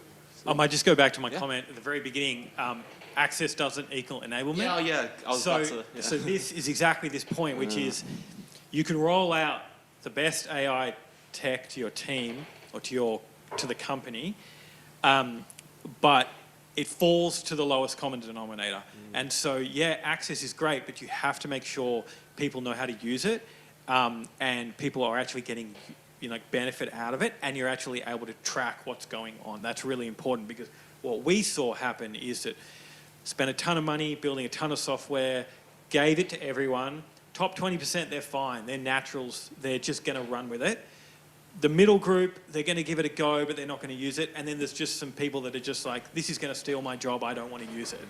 And what happens is you don't get the full benefit if you've got some systems set up for an AI flow, and then you've got people that are still not trying to use those workflows or those processes. So I actually think, yes, it's great focusing on those team members that are using it and being but really where the focus needs to be is on those people that aren't. How do you lift that bottom up? Right. I love the full circle back. So and for me, what I've learned is, I'll keep it short, is I've learned to be better at finding signals from among the noise. And once you know how to find the signals, you can ask good questions, and that gives you better signals. So that's how I'm still learning, but that's my takeaway. So we'll open up to the floor. We've got around 10 minutes. Yeah, 10 minutes for any question.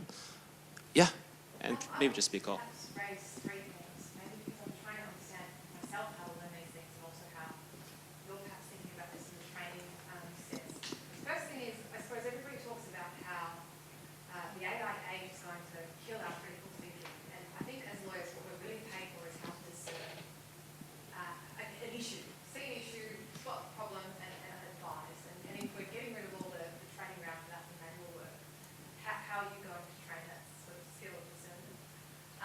The second one I wanted to raise was perhaps product specialist skills. So like I work as a tech lawyer, and we're all always trained to help to build a product. So really, AI is almost an extension of that, which is there's a product being built which is a lawyer of sorts, and how do you help the business build that product in a way that provides the advice part of it. So like that product training specialty is not really part of what we learn at legal law school. And I think the third thing is probably coming back to our first preso and demo, which is we're actually the harness specialists too, which is when we're looking at that product, how do we train the business and ourselves to act as the harness and provide the guardrails and provide the do not go out of these parameters or this box, because if you do, we're breaching the law or we're breaching business approvals. How are you sort of retraining or dealing with that? So I'm struggling with those sort of things at the moment myself. When you've delivered like a paper that looks like it's actually been written by a human, you've got to spend a lot of time working out that it's actually been flawed. Sure, I'll try and remember all three. Okay, so first, I might tackle the first one. So it kind of goes back to what Mark was talking about, like how do you train the critical thinking? Like how do you train the junior lawyers? Like that is a big problem. I don't think anyone's figured that out yet. Like, the old model was stick them in a litigation room for 5 years, and that's where they learn. And now you just don't need to do that. Well, clients are not going to pay you to do that. So I think what it's doing is just speeding that process up. Like we now have 2-year lawyers that are doing 10-year lawyer tasks. 5 years ago, 10-year lawyers were doing. So that's speeding up. I think how Michael spoke about it before, but this idea of like it's self-learning. So what we actually set up a system to do was we took our senior lawyers, we transcribed everything they say in meetings, on a phone call, anything but when they're out of the office. It goes straight back into our warehouse. And so when a junior lawyer is doing some work, their calls are also recorded. If they get something wrong, it actually pings them and says, hey, the senior lawyer spoke about this a month ago, and actually you need to think about this a different way. So we're trying to use the domain knowledge we already have in the business from senior lawyers and force it onto the junior lawyers in a new way, which is through AI. So maybe that's a solution. It hasn't worked Like, I don't know if it's worked yet, but that could be a way to do it. So in terms of the critical thinking, like, we still have to teach everyone that critical thinking. But what AI has done is like it's removed those years where you might be doing it. But honestly, I don't think we can say, you know, I speak to a few lawyers that say, oh, we need junior lawyers doing DD for 5 years because that's where they learn how to become a lawyer. As a client, there's no way I'm paying for that anymore. Like, we work with large law firms and we refuse to pay for that. So, you know, it's a bit, I don't know what the answer is. Transformational. And it's great that your lawyers allow you to record them. It goes into the constitutional brain. That's really great. Yeah, I think, you know, you spoke about before, like when you become a lawyer, you have to like learn how to, the persona of a lawyer. One of the things we had to do at LawPath was like actually untrain them a little bit, because being recorded in everything you do and having your emails scraped, having your advice and documents scraped, having your telephone calls, lawyers aren't used to that. You know, if anything, you don't want that because, you know, the Law Society might come knocking one day. So, so we had to like flip that. But it was only until they saw the benefits that instead of having to spend a couple of hours a week training the junior lawyers, they were actually getting trained automatically. That was when they started to become really keen on it. I think also there's a risk that we romanticize the training before AI, because as we all know, you and I, Ray, you know, the graduates get training when they come in, and usually it's information overload and they don't remember anything. And if you're lucky to be shadowing a partner who's willing to teach you, then you'll learn stuff, but otherwise you won't. Whereas AI, I think what Dom is saying too is that it gives you more avenues, more platforms, accelerated. If you've got an AI tool and you've got the institutional knowledge, it can be more on demand. And going back to, you know, pre-AI, the way that lawyers get trained is, you know-how guides. Or I remember when I became a legal tech person and I came from real estate, I developed a user guide for lawyers in real estate to do DDs. That precedent document was not looked at for like years and years, right? And so we're not really saying that it's like amazing before. So I don't want the fear to be grounded in nostalgia of it was so amazing before. It's just that now we have to be more rigorous, and knowledge and precedents augmented by AI and delivered in a more on-demand, integrated way into which lawyers learn, as opposed to just being kind of discrete, coming in, learning and then forgetting everything, or, you know, racking up 10 years of experience to be able to do a lease review or something like that. But yeah, no answer. But I think we have to stop romanticising the past and say, no, actually, AI is now going to enable us to train our lawyers in a better way, in a more, you know, sort of timely, contemporaneous way.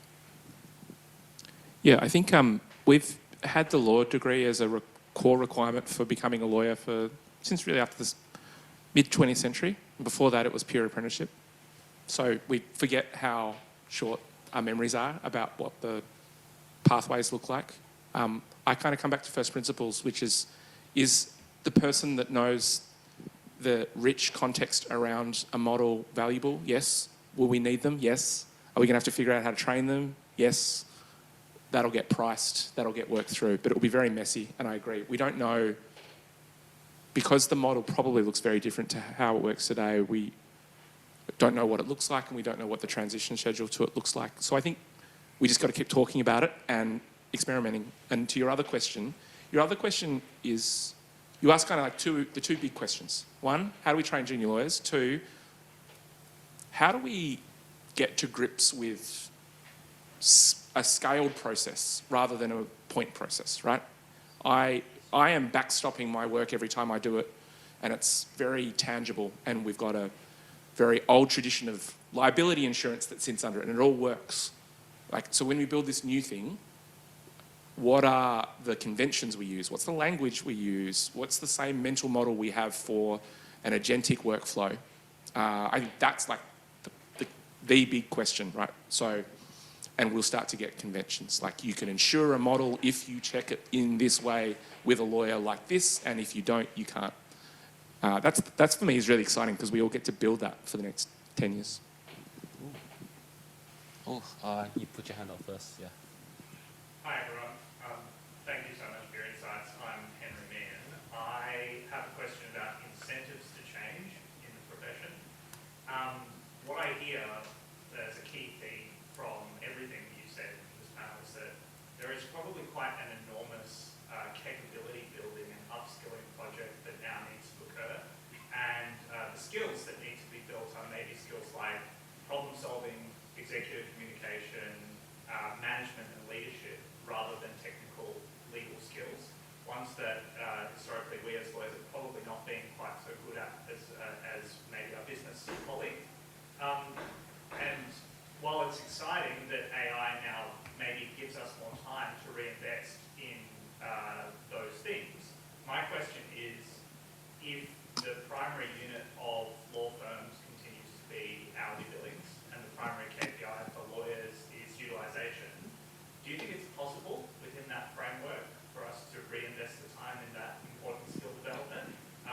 if so, how does it need to change and shift? And if not, what should we do instead? That's an Angela question. Oh yo. my God, that's a $60 million question. To answer your question, no. If the incentive structure doesn't change, I don't think. I mean, I live and breathe AI because it's my job, and it's a lot, and even I'm sick of it, right? Let alone lawyers who, yeah, they just don't have the time. They really don't have the time. And I think Dom mentioned the top 20% who will always do it, even if they don't get incentivized. How do we incentivize the other 60%? And then there's the 20% laggards we don't really, we can't do anything about. But the 60%, how do we incentivize them out of pure goodwill? I don't know. I don't have the answer for that. But all I know is humans don't do things just because they're good for them. Just because you tell someone that this is really helpful and this will be useful and it'll be helpful for your career, if you don't have time, and especially, you know, people with family commitments, with child responsibilities, etc., they're not going to do it. They're not going to do it. So I don't have an answer, is what I'm saying. And in terms of the incentives, I came from HSFK, and it's a big organisation, and so don't know where the incentives piece is up to. At the current firm, Watt & Carney, a smaller firm, I think it's been reflected in the sort of the partner scorecard, and it's formally recognised in terms of driving AI, thinking of being AI forward, putting in place workflows, and it's recognised from the top, and it's part of your KPIs. It's part of the way in which you get assessed, and it's formalised, and it's looked at very frequently. It has to be beyond the ticker box, and I haven't been there long enough to know if it's beyond a ticker box, but it definitely has to be a part, like, and I use the example all the time of precedence or knowledge. Partners don't have that in their KPI, so they don't work on precedence or knowledge, but law firms is a knowledge business. And so, you know, I think before we even think about tech and AI, let's go back to the first principles of, like, let's get the partners to work on the knowledge in the first place, because that's going to build the foundation or the substrate of AI, right? So anyway, that's more musings than answers. Yeah. Yeah. Yeah, I think one of the things that I think is sort of remarkable, sort of happened over the last 2 or 3 years, is this idea that a lawyer is not just a lawyer, but they can also be like and not just using AI, but building with AI. Have you noticed in your respective firms and companies that trend, and what sort of percentage do you think there is, of the lawyer builders? Like, maybe Ray's a good example of that type of. Yeah, well, what's my future like? Paul? Yeah. So yes, so tying off the back of Angela, so I like quickly carving out big law, carving out litigation and things like that, because they have, I don't know about that, and also they have their own incentive structures, but where we play in SME and mid-market, we have to move to value-based billing over time-based billing for this whole AI thing to properly work. So then to your question, we have seen, so we incentivize our lawyers on output and revenue. So it doesn't, like, you can do your work in 5 minutes and go home as long as you've spat it out. And what that has led to is, once we enable them with the right tools, we've got lawyers building lots of crazy tools to try and get their work done faster. So, like, we've got lawyers building their own CRMs, we've got lawyers building their own, like, drafting tools and things like that, trademark checkers.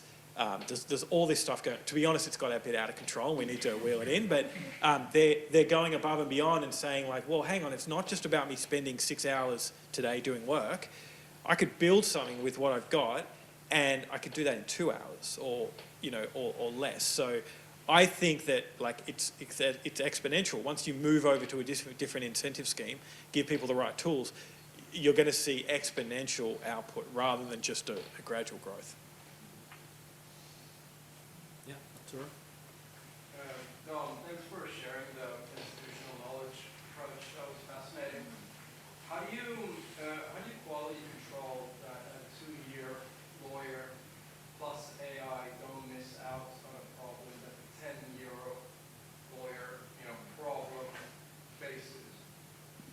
So we've gone through a couple of phases. So like when we first, so our AI system is called Atlas, sits on top of Claude, AWS and Claude Bedrock. And so first 6 months, we were using GPT and Claude, and then we had some lawyers sitting in a room reviewing each answer.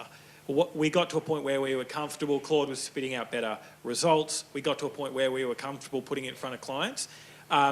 And so we then moved to, instead of checking every answer, we had this reinforced learning where the senior lawyers' transcripts were weighted higher than the junior lawyers' transcripts. So when it was fed back into the cortex, their answers would be weighted higher. And so if there was ever a discrepancy between the junior lawyer's transcript and the senior lawyer's transcript, then it would flag it. So how it works is when a lawyer jumps on so I'm mainly talking about consultations here when you have a call with a client. What happens after the call is you get a dashboard that spits up in front of the lawyer, and it gives you like a summary of how the call went. It gives you a score across a couple of different areas. So it's got like a relationship building score, like did you engage with the client? It's then got a technical score, like did you hit the right things? If you spoke about any legislation or case law, it actually pings that, like Mark's one before, checks that it's a real thing. So we have a bit of a self-learning system there, and if they get something wrong, they might go back to the client or they might go and check it with a senior lawyer. The other thing that we then have is we do still have senior lawyers going into the more complex matters and checking them.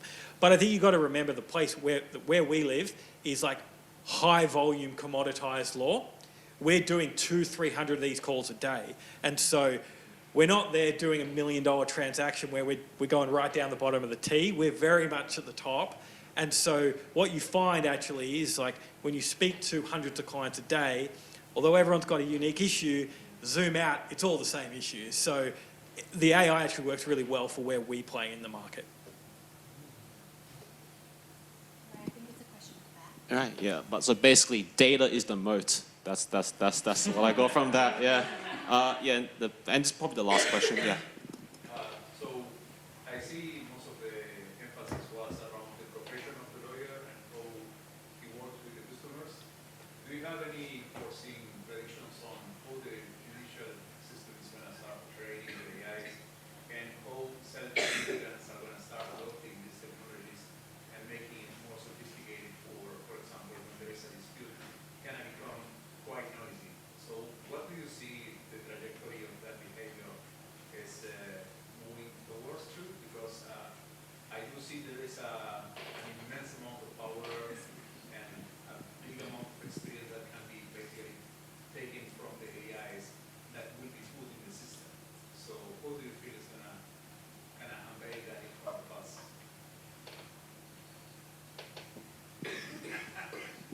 We stay far away from the regulators because we play at the edge of law where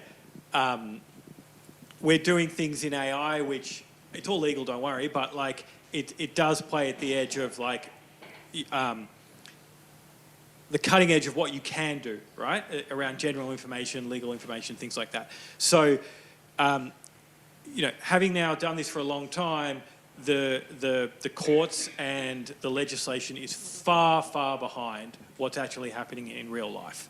So yes, we get case notes, we get practice notes about what's going on, but it's very, very high level. My real answer is that we won't see any change there for quite a long time. Like the way it's been done is the way it will be done for a long time. The definition of legal services in Australia is that legal services can only be provided by a solicitor. The definition of a solicitor is that it's a human lawyer.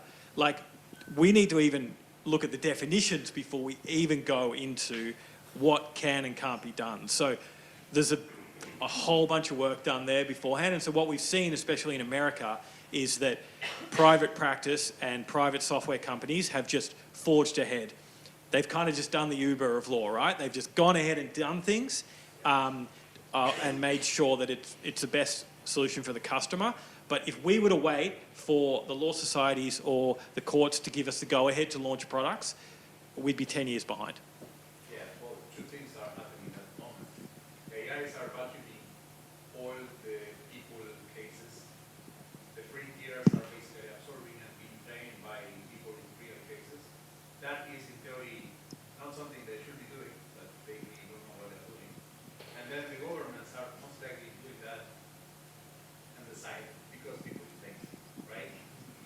if the government impose legislations and the providers and the vendors come with more restrictions, this is basically the Wild West.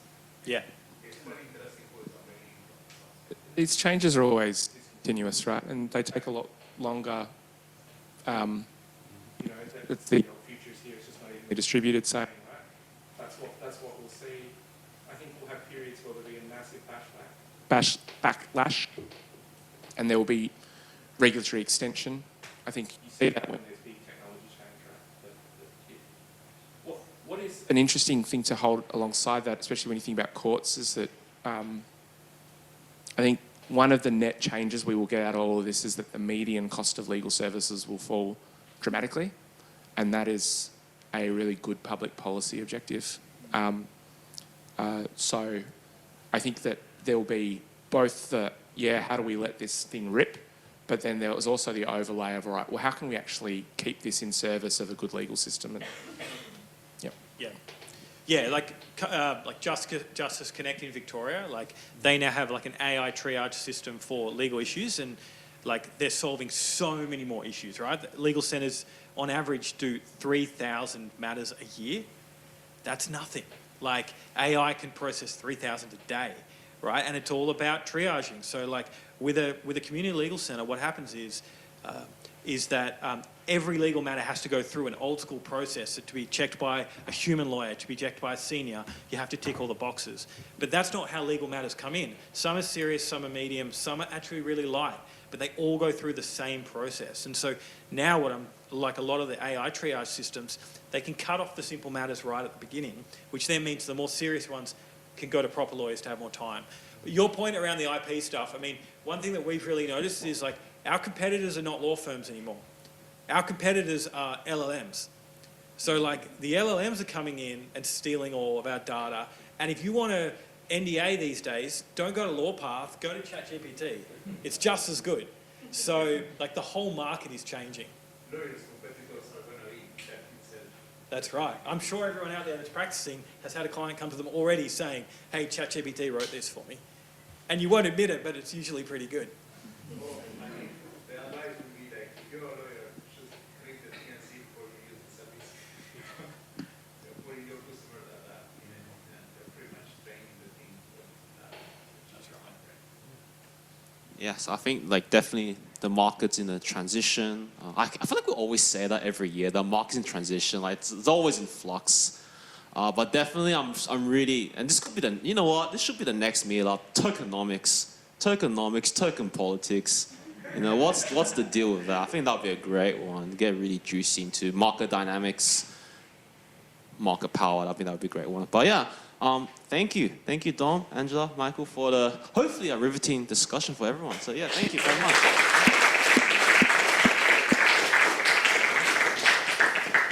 Yeah, I get that.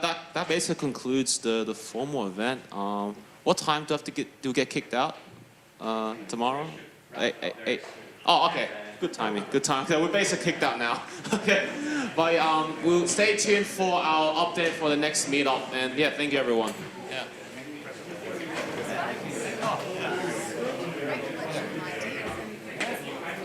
Thanks for your pointer. That was good. Yeah.